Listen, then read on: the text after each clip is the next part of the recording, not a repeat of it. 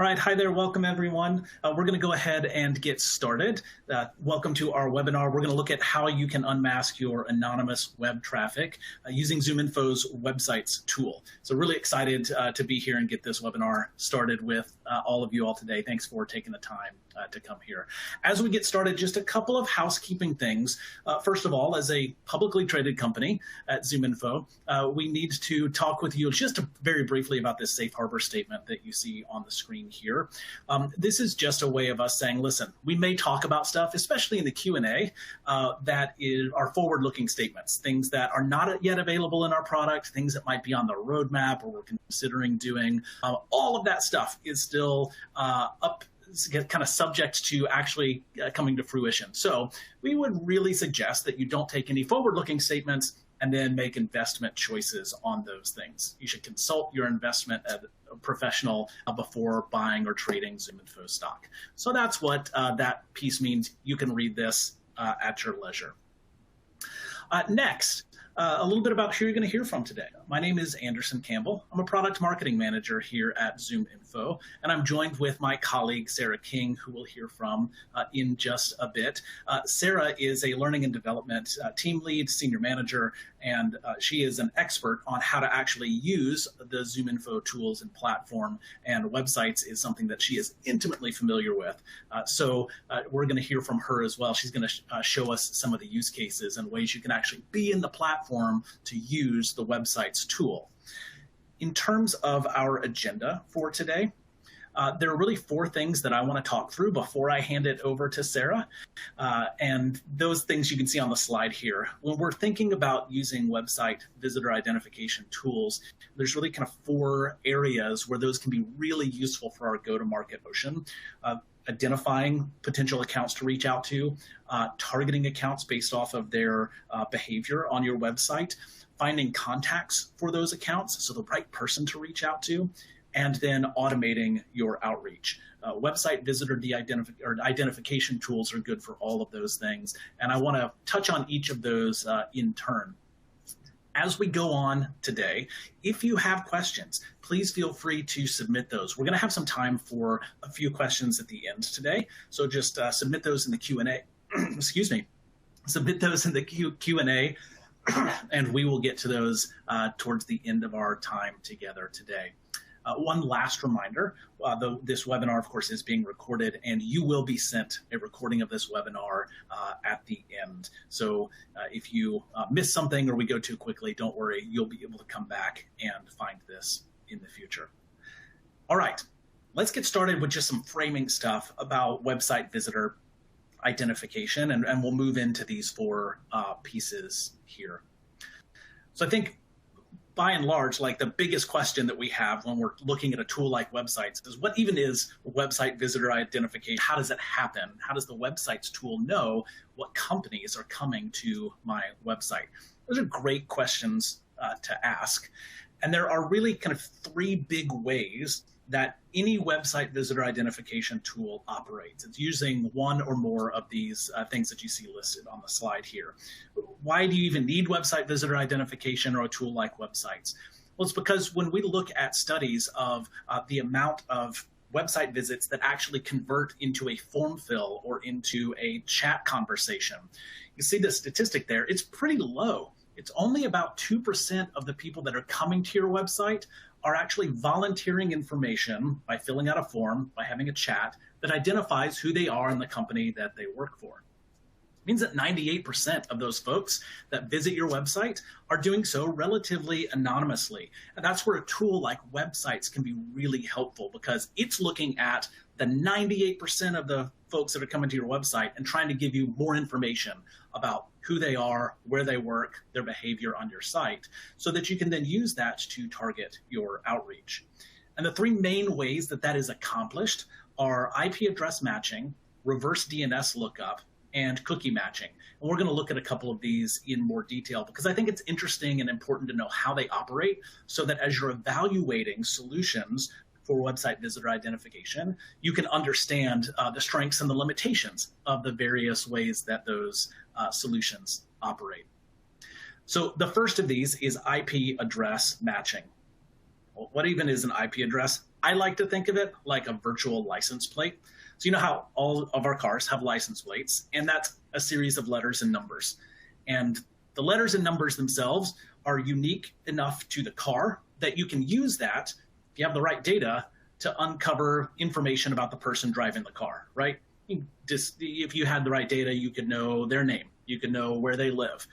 You could even understand information about where they travel if you have information of like toll cameras and speed cameras and things like that. So the license plate of a car is really helpful in identifying with the right data who that car belongs to and maybe some things about how that car is being used. Well, IP addresses are kind of similar to that. Every device that accesses the internet, your computer, my computer, our phones, anything that accesses the internet has an IP address, and it is unique to that device. It is a way of marking that device's presence on the internet and where it goes and what it is doing. IP address matching tries to take advantage of that by logging IP addresses from the visitors that are coming to your website and then trying to match those to people or to companies. I've got a few examples on the slide of exactly what that looks like. So Google Analytics is a great example of very basic IP address information. Google Analytics will tell you the raw numbers of all of the IP addresses that are visiting your website. That's really helpful for identifying maybe numbers that are repeating there, but there's not really any data behind that to help you identify, well, who is doing the browsing there? Like, what does this random string of IP numbers mean to me? It's really just a log. I would think of that like, I don't know, if I'm sitting out on my front porch and I start writing down the numbers of all of the license plates that come up and down my street. That's helpful to have that record, but without any other data behind it, I can't really do anything with that information. I just have a list of all of the cars that have driven down my street. CRM or MAP matching takes this a little bit of a step further. And what it does is it uses first-party cookies or information that is submitted through a form completion or through a chat to log an IP address with a contact. So if I go to your website and I fill out one of your forms and I say, my name's Anderson Campbell, I work for ZoomInfo, one of the things that form might log is my IP address. And then it can store that on the record it creates for me in your CRM. So you would say, Anderson Campbell works for ZoomInfo, and we have his IP address. Now, the next time that I go to your website, it will register Anderson Campbell was here. How does it do that? Well, it's because you've already stored my IP address in your CRM or your marketing automation tool, and it's able to call that back up and match that IP address to my name and information about me that you are already holding. That is super great for return visitors to your website. That 2%, if you already know them and you can identify return visits that way, that's really, really helpful. It's kind of limited, though, when you're trying to look at the other 98%. If people aren't already volunteering that information, then you really don't have the data behind that to be able to match that to a person. The third major way that IP address matching is utilized to help identify website traffic is using a third-party service who is looking at IP addresses and business activities. And this is where ZoomInfo comes in, because this is the primary way that we're using IP addresses for websites. We have this huge contributory network, thousands of customers that have signed up and said, hey, we would like to contribute data to the ZoomInfo database. And one of the things that we're doing is we're looking at the interactions that they're having with different people through email and through other various web means. And we're able to match the IP addresses of the people they're interacting with the company that those people work for. So we're making a lot of pairings there. And when I say we're making a lot of pairings, I mean we're making a lot of pairings. We have stored about 200 million IP addresses and matched those to about 6 million companies in our database. And we have about 300 human researchers who are verifying this information to make sure that these matches are solid. So we really have a very robust network set up to help you take some of that percentage of the 98% and match those IP addresses of people who haven't identified themselves to companies in our database, because we've seen that IP address connected with that company in some sort of business activity like sending or receiving an email, as an example. That's IP address matching. There are other forms of looking at how to identify a website visitor. The other one that comes up often is reverse DNS. There are a lot of services that do this. This is a little bit different than IP address matching. It's still using the IP address, but it's using the IP address in a different kind of way. Do you remember caller ID? I'm old enough to remember when caller ID first came out, and it was actually a separate box that you would plug into your phone line. And when somebody rang your house, your landline, instead of the number popping up or just the number alone, actually a person's name would pop up on there. It was like magic. You could start screening your calls immediately. And now this is just built into our smartphones and the way that we do things.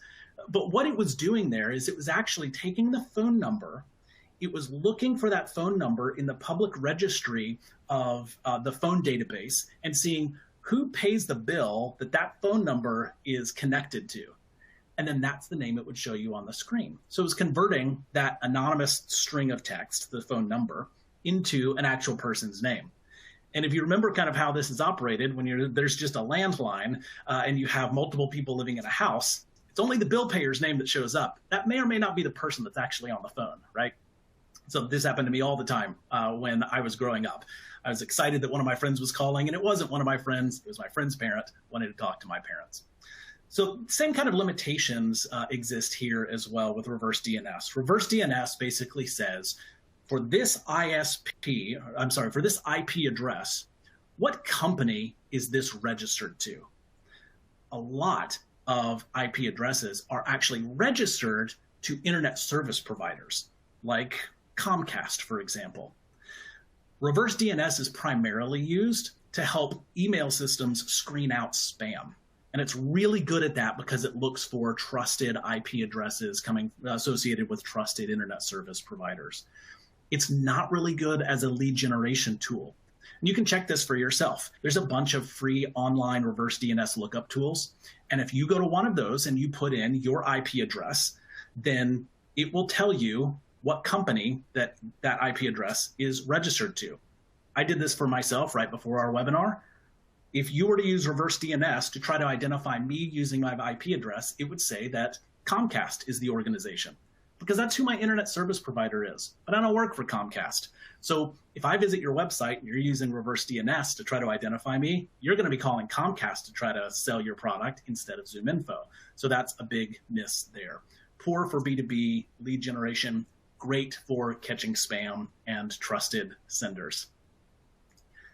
What this all comes down to, regardless of the method, is the data that is used to identify the companies or the contacts that are behind the IP address. And I know if you've been around ZoomInfo at all, this is starting to sound like a broken record. It all comes back to the data, and it's because it does. It all comes back to the data so that you can make informed decisions and activate that data in a way that moves your go-to-market motion down the line a little bit. And I think any visitor identification tool is only as good as the data that it's interacting with or the data that it's built upon. And this is where ZoomInfo, as you already know, has a huge advantage. And that extends into our website visitor identification tool called Websites, because we're building off of those 6 trillion data points that we have collected. We're looking at 35 million web pages that we're monitoring every day. We're logging over 31 billion web visits every single month. So we are always growing, expanding, and confirming our database and our IP matching. And then we keep this pretty high quality with the human researchers that I was talking about before, and then some really quality algorithms that help do a lot of the preliminary data collection and data cleansing for us. And that allows us to screen things out. So if you go and log in from Starbucks, we can know that, oh, you don't work for Starbucks. You're just using Starbucks as a hotspot. And we have algorithms that can look for that and kind of filter out that noise. So I hope that I've gotten you excited now about the strength of ZoomInfo's websites and our solution. Now I want to get to those 4 things, and we'll go through these quickly, so I'm leaving Sarah plenty of time here. But I want to go through the 4 ways that you can use websites to help further your GTM motion. So the first of those things is simply to identify the companies that are coming to your website. And this is the most basic level of how websites operates. When you configure websites to start tracking the visits to your company domain, we are able to start showing you almost immediately, as soon as that first visit happens after you've set it up, what the companies are that we're finding that are coming in. And we show you a lot of other analytics and information about the companies. It's not just a simple list of company names. We're showing you where the traffic is originating from. We're showing you things like how many different pages on your site they're visiting over the period of time that you're looking at, the average amount of time you're spending on that site, the unique number of IP addresses that we're seeing from that company. So imagine that you are seeing a company, you say, oh, they have one visitor. Well, what if you come in the next day and that company, we're showing 5 or 6 visitors from that company? It's important information for you to know. Maybe you're gaining a little traction, word of mouth within that company. We also show columns for things like company industry, their revenue, their headcount. So if you see a company name on there you've never heard before, we can give you a little bit of information right off the bat to help you qualify them in your mind. Does this kind of fit the type of company that we usually go for or not? Most basic use case of websites, just show me the list of companies that are coming to my website. But we want to help you drive further than that. That's good information. Let's get you to better information than that. We also help you to use this information to start to target when you might want to reach out to different companies or which companies you might want to reach out to based off of their behavior and interaction with your website. So we can help you with some filters within websites. So you're not looking at just every visit that's coming to your website, but you can filter on things like page level intent. This is one of the coolest features of websites, I think. We allow you to rank pages as high, medium, or low on your website so that you can quickly filter and say, just show me companies that are coming to my high intent pages. Those might be pages like your products page, your case studies page, your pricing page. So imagine if you could say, I'm not interested in companies that are going to my careers page. I'm not interested in companies that are reading our founder's story. Those don't help me know that I should reach out to those companies right now. But if they're visiting this other set of pages, I want to see them. Websites allows you to filter and see just those companies. So really quickly helping you hone in and target with just the click of a button there. You can even get as specific as a particular URL. I only want to see companies coming to a specific page on my website. And we can help you filter off of location, the number of unique visits, the time on the site. Those are all behavioral things that might help you qualify when to reach out to a particular account. The next thing we can do, and this is where ZoomInfo really starts to move ahead of the rest of the pack, is we can actually help you connect with the right contacts at those companies.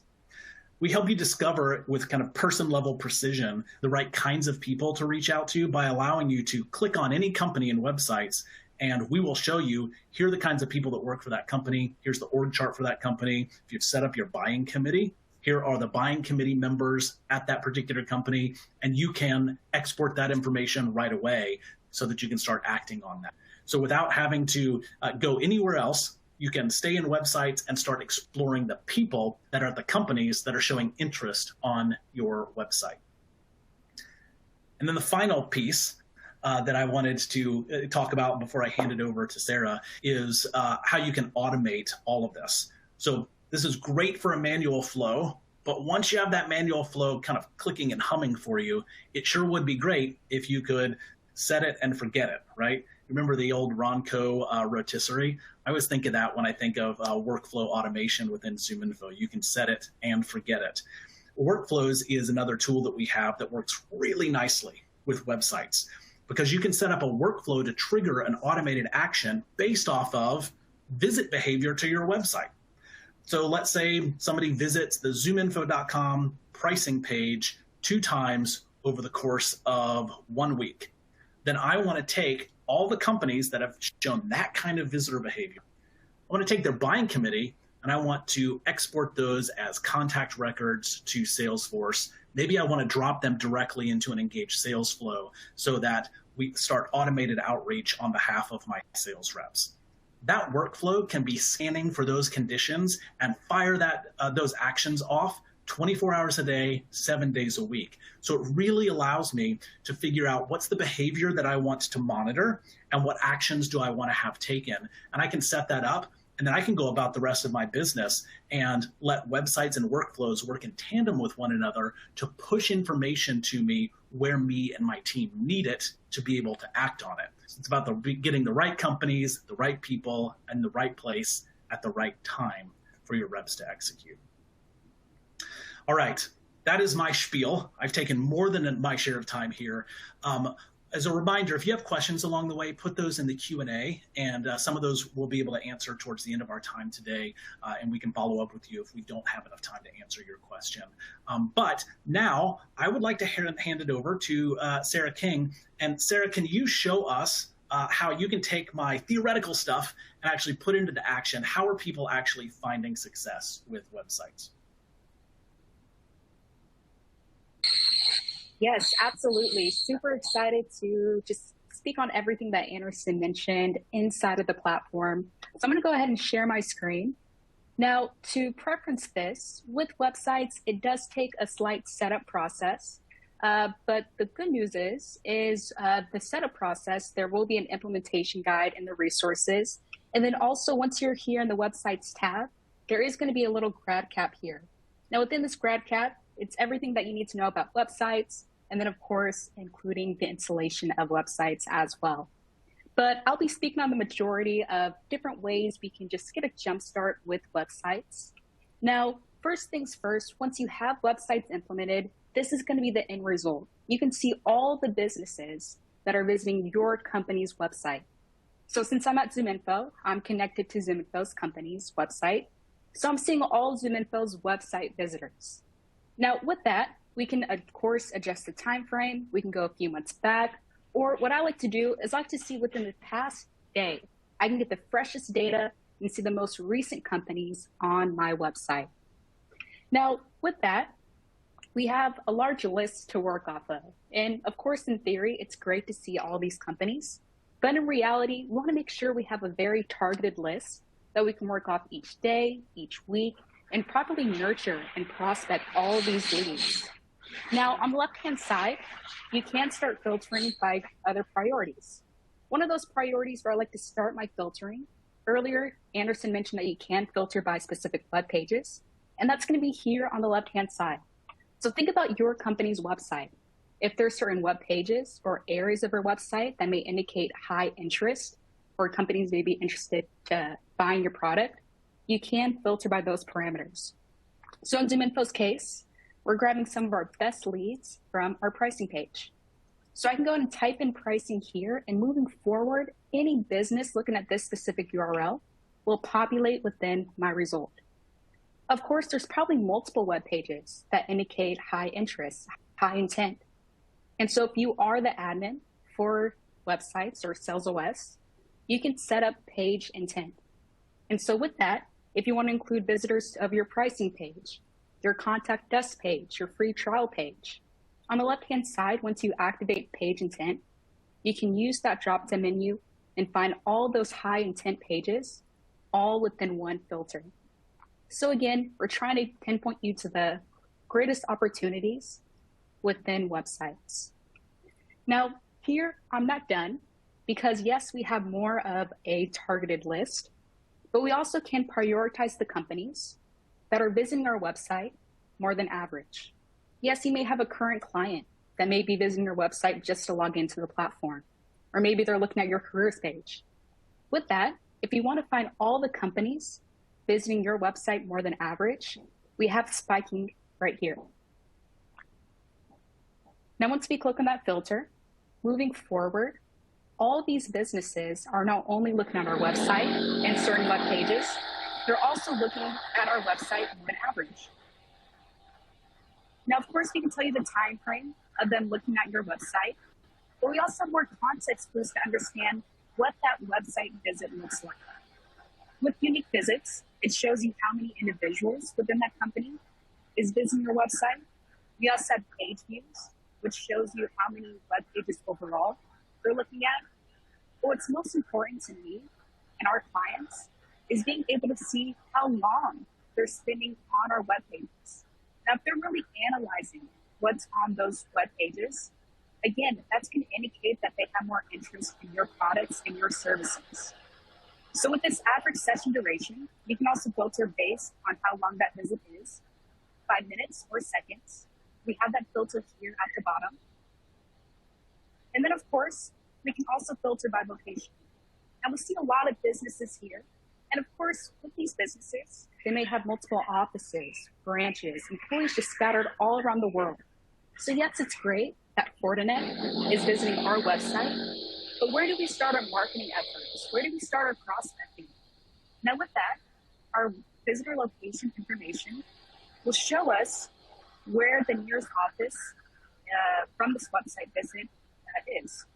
So with that, we can pinpoint where we're going to start our conversations, what office or branch we're going to reach out to. And then, of course, if we're trying to find individuals within those offices and branches, we can, of course, click on that location here. And, of course, it's going to jumpstart a contact search for us to work on. So that's going to be a great start. Now, from a sales perspective, maybe you're just wanting to start reaching out to all these companies.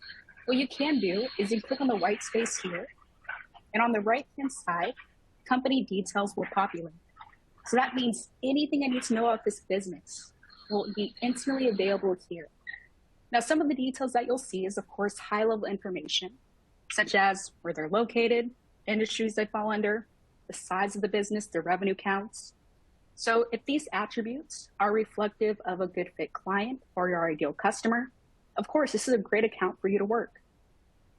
Moving forward, we have this overview page where we see what web pages they're looking at the most. This can help us inform our messaging. So again, if they're looking at specific web pages, we can quickly determine what the client interest or need may be. So with that, we have a good understanding about this account. Your next best step is to find your target contact. Now within this company view, we also have buying committee. Now I love buying committee because this allows us to have a multi-threaded opportunity.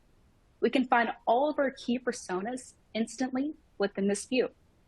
Now you can set up buying committee in your settings at the top right-hand corner. For me personally, I already have buying committee activated, and ZoomInfo knows all the personas and the buyers that I reach out to most often. And so within this organization, it's going to match those job titles here within this view. So of course, if Sydney looks like a great fit, her job title is exactly who I want to work with, I can go ahead and give them a call, send them over an email. Also have the capability to export this record right back into my CRM or over to an Excel tool. And of course, when I like to export, that's going to put that record into action. Now, another way that we can put this buying committee to effect is that we can also tag these records. Now, think of tags as an easy way for you to save individual records, and then, of course, make a customized list for your overarching research within websites. Now, if I want to go ahead and create a tag, I can use that. For me personally, I already have a tag created just for my website visitors. So moving forward, any person that I see as relevant, I can go ahead and tag and save them. And then, of course, I have that record saved indefinitely. And so that's the great thing about this company view. We have a clear understanding around this business, attributes that reflect our good fit clients. And then, of course, we have contacts within these businesses that we can target. Now, of course, we can use this effectively as well, because at the top right-hand corner, we can tap through our list of companies from our website search. So this can help us be more effective within our research.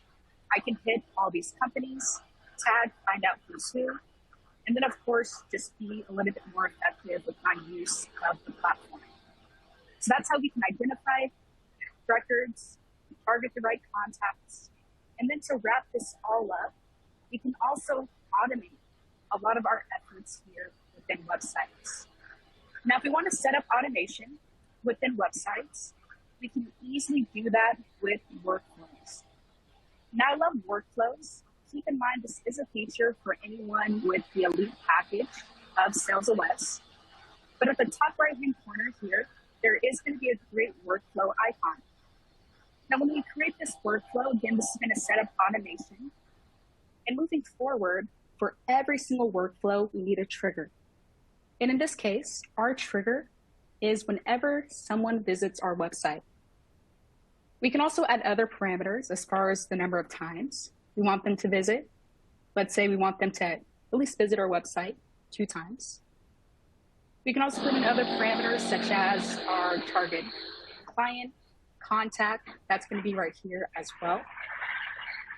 But moving forward, to wrap this workflow up, we can tell ZoomInfo where we want to send and automate this record to. Now, of course, if I have a direct integration with Salesforce, Marketo, HubSpot, of course, I can push this record right into my internal systems or my marketing automation tool. Also, if I want to have all my bases covered, I can also have this workflow give me a notification when a new person visits my website. That notification comes through your email or your Slack, totally up to you. And then moving forward, since this record's being automatically pushed right back into my CRM or my marketing automation tool, I can also customize how that record will appear. Will it be a contact? Will it be a lead or an account? And so again, depending on your business, your sales cycle, and if you're working off of certain records within your CRM, you have customability as far as how that record is exported. Now, the great thing about workflows is, yes, it's going to set up automation, but you can also assign this new record to yourself or another rep. Now, of course, here I have this new lead assigned to myself, and that's great. But I can also click that. And let's say I'm a sales manager or an operations manager, and I'm assigning leads to certain individuals. With this, we can assign it to another person on our team. And of course, they know exactly what to work off for that day, for that week. And of course, it just creates a task-based workflow for my business. And so with that, let's say I want to go ahead and push these over to Anna here. I can click on next. And moving forward, it's going to run that workflow. Keep in mind, workflows will use credits, but the good news is that we can put in limitations as far as how many records are going to be exported within this workflow. Now, if you want to put in some parameters here, you can, of course, put in limits. You can put in limits of the number of companies or contacts here in this drop-down menu. And then, of course, we can also tell the platform what to do with existing records. Again, we're pushing records into your CRM. So we want to make sure we're putting in good data back into your system. And so with existing records, we can ask the platform to update them. We can ignore existing record, or in the rare cases, we can create a whole new record altogether. But moving forward, once we create that workflow, as Anderson mentioned, we can set it and forget it. And again, we're having the platform do that grunt work for us moving forward. Without us even thinking, we're going to get a notification around these new website visitors. Those leads are going to be assigned to the right rep. And of course, we can just put this websites to the next level. Now, one thing that I want to wrap up this website's demonstration with is a dashboard.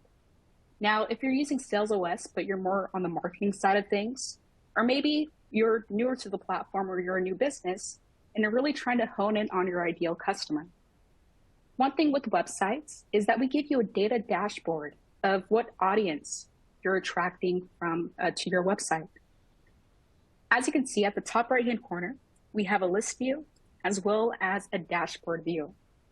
Now, this dashboard view gives us analytics that we can use for our campaigns, future list, and of course, making sure that we are marketing to the right audience.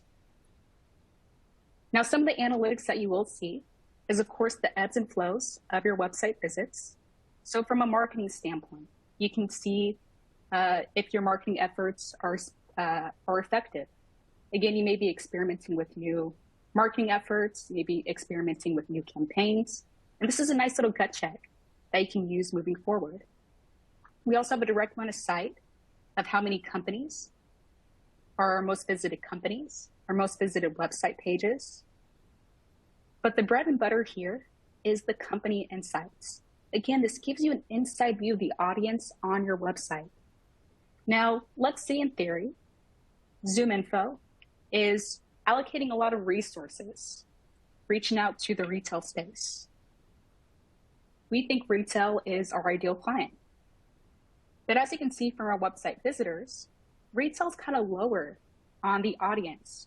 Naturally, business services, companies in that market are visiting our website the most. And so from a strategy perspective, maybe we should pivot our efforts to market to this industry. They're already on our website. There may be a need. And so, of course, we can prioritize certain markets moving forward. And again, if you're a new startup, if you're a new business, this can help you identify your ideal customers moving forward. And so that's the data dashboard. And again, it's a nice little cherry on top within websites. And of course, you can pivot over to the list view or the dashboard view here at the top right corner. But that's my summary around the websites tab. Again, if you have any questions around websites, how to use it effectively, how to set it up, let us know in our chat or the Q&A. We're totally happy to help answer any questions. But with that, I'll pass it back to Anderson to wrap up this webinar. Awesome. Thank you so much, Sarah. I so enjoy working with Sarah and being on webinars with Sarah because I think I know the products well, and I feel like I learn something every time that she's sharing something with me. So thank you for taking time to be here. Some questions have been coming in through the chat, and so I thought maybe we could go through a couple of those in the time that we have left. This first one that I'm seeing says, what about Google getting rid of cookies? How will that impact websites? That's a great question. Websites does operate by using first-party cookies when visitors come to your website. It really helps us shortcut the identification process. But if you look at what Google's doing with sunsetting cookies, the kind of cookies that they're sunsetting are third-party cross-website tracking cookies. That's different than a first-party cookie. A first-party cookie you can think of as like the receipt from gate checking a bag. So when you go to the airport and all of a sudden you're trying to board the plane with your carry-on bag and they say, sorry, we're out of room, what a bummer, you're going to have to put this little tag on it. They put a tag on your bag and then they tear off the bottom and they give it to you, right? When you get off the airplane, you're supposed to be able to exchange that tag for your bag. That's your way of showing ownership for that. And first-party cookies operate a similar way. When somebody puts a first-party cookie in your browser, what that effectively does is says, next time you come back to the website where the cookie was placed, it can draw information that it is stored about you. It doesn't really look at or care about what other websites that you are going to. And so we use cookies in that manner. So when Google says, hey, we're not going to support third-party cookies anymore, the cross-traffic kinds of cookies, that really will not impact websites and its ability to identify companies at all. There are other website tracking and visitor identification services that are going to be hard hit by that. ZoomInfo websites will not be. All right, another question. This one says, is it possible to filter on specific web pages? Sarah, I think you showed that a little bit, but would you mind showing us if you have a specific URL that you just want to see the traffic to that URL, can you do that in websites? Absolutely, yes. So I'm going to go ahead and take back the screen share to highlight how to search by specific web pages. And that's probably my favorite part of websites, if I'm being honest. But on the left-hand side, there is going to be a filter where you can search for specific URLs. That's going to be right here. So, of course, you can enter that URL. You can use keywords or the full URL, totally up to you.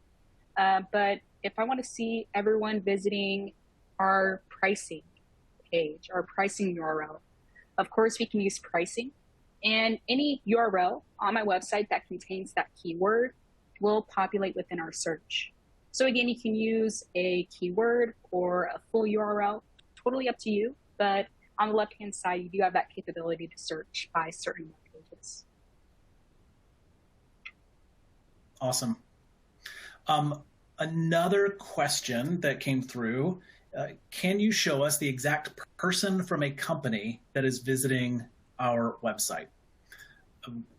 That's a great question, and I think a totally sensible one. I mean, we've been showing you websites and contacts and all that sort of thing. I think it's important to make a differentiation here. So the way that ZoomInfo websites operates is we are looking at company-level interactions when we're looking at IP addresses. We're trying to understand who does that person who's using that IP address work for, and that's where really we're really good. You start to get into kind of some sticky ground with personally identifiable information and things like that. when you try to go further and say, show me the exact person that is visiting my website. So ZoomInfo websites isn't able to do that for all of the different third-party things that we're looking at. Really, your best way of doing that is using one of the CRM or MAP tools that allows you to store an IP address when a form submission is filled. So again, that's really great for return visitors that have already identified themselves. But in terms of net new, we're focusing on companies and not showing you the exact contact. But here's why I don't think that matters as much as people think that that matters. When a company visits your website, the person that you may want to follow up with and reach out with may or may not be the actual person that's visiting your website. So if you think of all of the different people that are involved in a buying decision, the person that's doing the research on, well, what does this vendor do? That might not be the bottom line signer that you're going to engage in the sales cycle. That's where what Sarah was showing you with buying committee, I think is actually more helpful, is that when a company visits your website, let's surface for you the people that you have already told us are involved in your deal cycles. And you can get to those people really quickly. And then it becomes a little bit less important whether or not that person has actually been on your website. That person is going to care about your product if people at the company are doing research on that product. So maybe the way that you leverage that is you go in and you say, hey, I see that your company has been showing some interest in the products and services that we provide. Oftentimes when I'm engaging with deals with companies like yours, it's people like you that are most interested in helping talk about the decision. Can we set up some time just to chat about how we might be able to help you?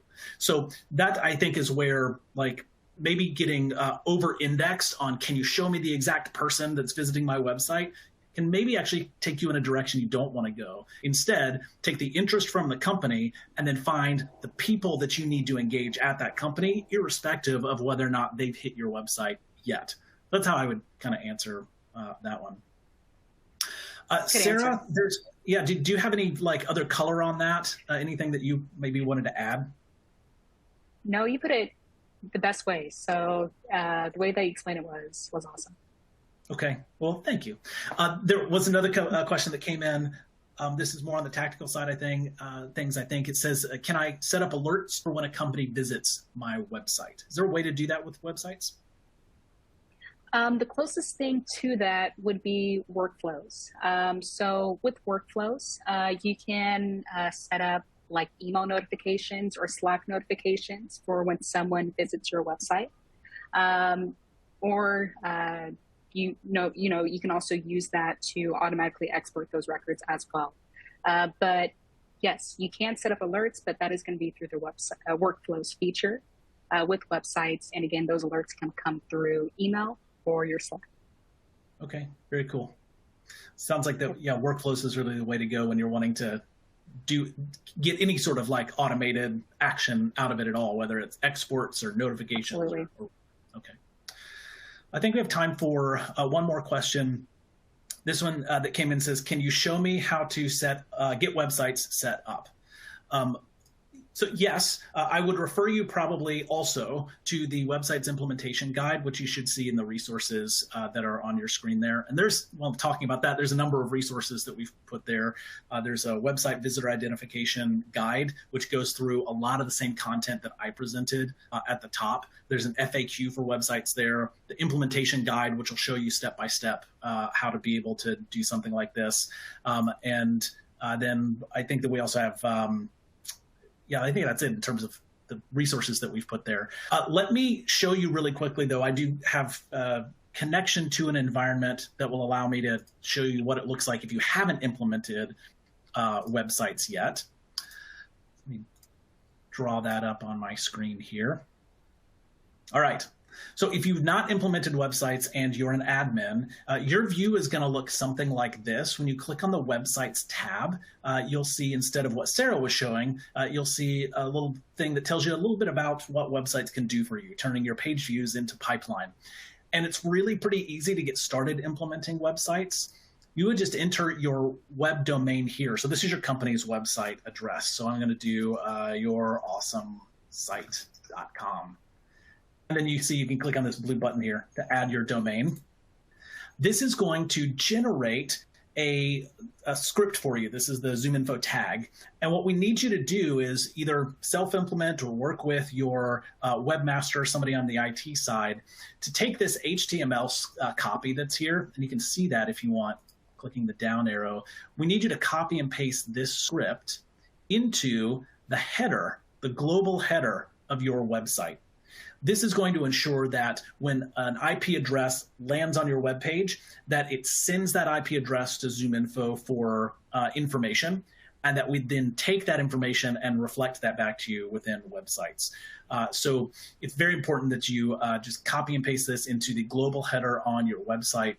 You can either copy it here. If you're not the right person to actually make the edits to your website, that's somebody else on your team or at your company, you can actually just enter that person's email in this box here and click the send button, and we will send an email on your behalf that says, Anderson Campbell needs your help implementing ZoomInfo websites, and it gives some information. It gives this exact unique code and a link to the implementation guide. So everything that they need to actually be able to take this from start to finish and get this installed on your website. And then you'll be able to come into the management tab and complete the setup using verify here, and take it from there. Really, more information again in the website's implementation guide there.